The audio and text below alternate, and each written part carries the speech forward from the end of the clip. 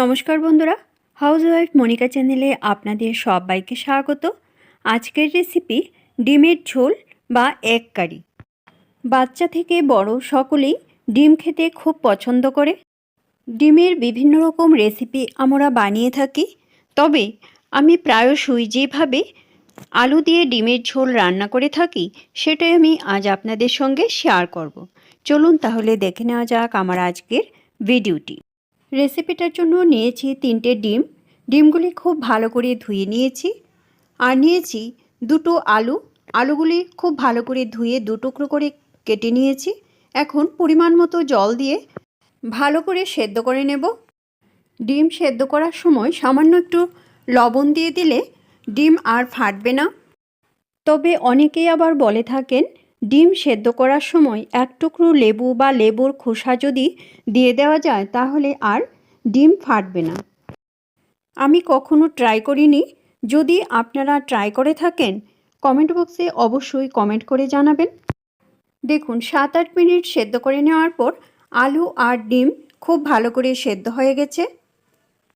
এখন ডিমগুলো একটু ফাটিয়ে দেব, তাহলে ডিমের খোসা ছাড়াতে আর কোনো সমস্যা হবে না। ডিমগুলি ফাটিয়ে দেওয়ার পর ভালো করে একটা ফেনা আসতে দেব।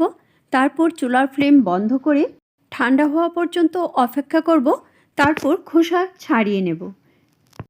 ডিম আর আলু ঠান্ডা হতে হতে একটা মশলা তৈরি করে নেব। নিয়েছি একটা ছোট সাইজের পেঁয়াজ, 2 কোয়া রসুন আর 2টো কাঁচা লঙ্কা পেস্ট করে নিয়েছি। এখন এর মধ্যে দিয়ে দিলাম 1/2 ইঞ্চি আদা আর ছোট চামচের 1/2 চামচ জিরে বাটা। এখন সবগুলি উপকরণ খুব ভালো করে একসঙ্গে মিশিয়ে রেখে দেব। আর এদিকে ডিম আর আলুর খোসা ছাড়িয়ে নিয়েছি। ডিমগুলো আমি ছুরি দিয়ে কেটে নিয়েছি। দেখুন ডিমগুলি কত সুন্দর করে খোসা ছাড়ানো হয়ে গেছে, একটা ডিমও ফেটে যায়নি। এখন ডিমগুলিতে সামান্য পরিমাণ লবণ আর হলুদ মাখিয়ে নেব। অপর সাইডটাতেও লবণ আর হলুদ মাখিয়ে নেব। আমি এখানে ডিমগুলো অর্ধেক করে রান্না করছি। আপনারা চাইলে ডিমগুলো আস্তা রেখেও করে নিতে পারেন, তবে ডিমগুলি যদি অর্ধেক করে ভাজা হয় তাহলে ডিমগুলো খেতে খুবই ভালো লাগে, তাই আমি কেটে নিয়েছি। কড়াইয়ে দিয়ে দিলাম সরিষার তেল। তেল ভালো করে কড়ার গায়ে মাখিয়ে নেব। তারপর দিয়ে দেব সামান্য একটু লবণ। লবণ দেওয়ার পর আবারও ভালো করে কড়ার গায়ে মাখিয়ে নেব।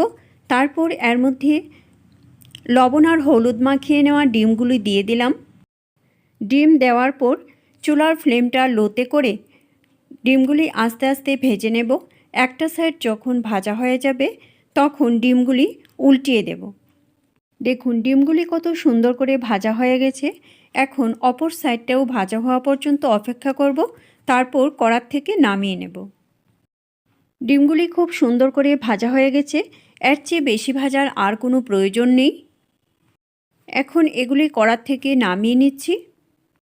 ভেজে নেওয়া ডিমগুলো নামিয়ে নেওয়ার পর ওই একই তেলে আমি আলুগুলি ভেজে নেব। আলুগুলি দেওয়ার পর একটু নেড়ে দেব। তারপর এর মধ্যে দিয়ে দেব খুবই সামান্য একটু লবণ আর হলুদ। আলুগুলি খুব বেশি লাল করে ভাজার কোনো প্রয়োজন নেই। আলুগুলি ভাজা হয়ে গেছে। এখন আমি এগুলি কড়ার থেকে নামিয়ে নেব। কড়ার থেকে নামিয়ে নেওয়ার পর কড়াইতে দিয়ে দিলাম আবার সরিষার তেল। তেল হালকা গরম করে নিয়ে এর মধ্যে দিয়ে দিলাম কুচনো পেঁয়াজ। আমি এখানে একটা বড় সাইজের পেঁয়াজ কুচি করে কেটে নিয়েছি। পেঁয়াজ কুচি দেওয়ার পর 15 থেকে 20 সেকেন্ড একটু ভেজে নিয়ে তারপর দিয়ে দিলাম এর মধ্যে লবণ। পেঁয়াজ অনবরত নেড়েচেড়ে ভালো করে ভেজে নিয়ে এর মধ্যে দিয়ে দিলাম বেটে রাখা মশলাটা। এখন সমস্ত মশলা খুব ভালো করে কষিয়ে নেব।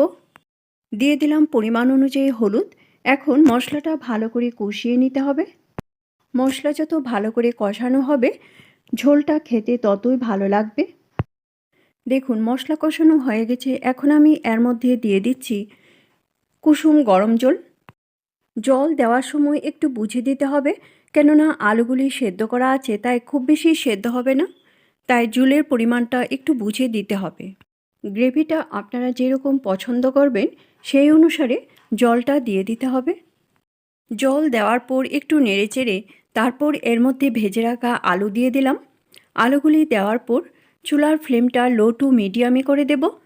তারপর ভালো করে নেড়ে মিশিয়ে দেব। এখন চুলার ফ্লেমটা মিডিয়ামে করে সেদ্ধ হতে দেব। মিনিটখানেক সেদ্ধ করে নেওয়ার পর এর মধ্যে আমি দুটো আলুর টুকরো ভেঙে দেব, তাহলে ঝোলটা খেতে ভালো লাগবে। আলু ভেঙে দেওয়ার পর ভালো করে নেড়ে মিশিয়ে দেব। তারপর এর মধ্যে ভেজে রাখা ডিম দিয়ে দিলাম। ডিমগুলি দেওয়ার পর দিয়ে দিলাম হাফ চামচ গরম মশলার গুঁড়ো। গরম মশলা দেওয়ার পর ভালো করে নেড়ে মিশিয়ে দেব। এই পর্যায়ে লবণটা চেক করে নেবেন, আমার এখানে আর লাগবে না, সব কিছু ঠিকঠাক আছে। এখন চুলার ফ্লেমটা মিডিয়ামে করে মিনিটখানেক ভালো করে ফুটিয়ে নিলেই আমাদের ডিমের ঝোল একদম তৈরি। তারপর চুলার ফ্লেম বন্ধ করে সার্ভ করব। রেসিপিটা ভালো লাগলে অবশ্যই লাইক করবেন আর বন্ধুদের সঙ্গে বেশি করে শেয়ার করবেন। এইভাবে আপনারও বাড়িতে ট্রাই করবেন, আশা করি আপনাদের কাছেও খুব ভালো লাগবে। আর আমাকে কমেন্ট করে জানাবেন কীরকম লাগলো। আমার চ্যানেলে নতুন দর্শক বন্ধু হয়ে থাকলে চ্যানেলটা সাবস্ক্রাইব করে আমার পাশে থাকবেন আর বেল আইকনটা অবশ্যই প্রেস করে দেবেন, কেননা আমি চ্যানেলে নতুন কোনো রেসিপি দিলে রেসিপিটা আপনাদের কাছে খুব তাড়াতাড়ি পৌঁছে যাবে। আপনাদের যদি কোনো রেসিপি দেখার ইচ্ছে থাকে তাহলে কমেন্ট বক্সে অবশ্যই কমেন্ট করে জানাবেন, আমি সেই রেসিপিটা আপনাদের সঙ্গে শেয়ার করার চেষ্টা করব। আবার আসবো নতুন কোনো রেসিপি নিয়ে। ভালো থাকবেন, সুস্থ থাকবেন, ধন্যবাদ।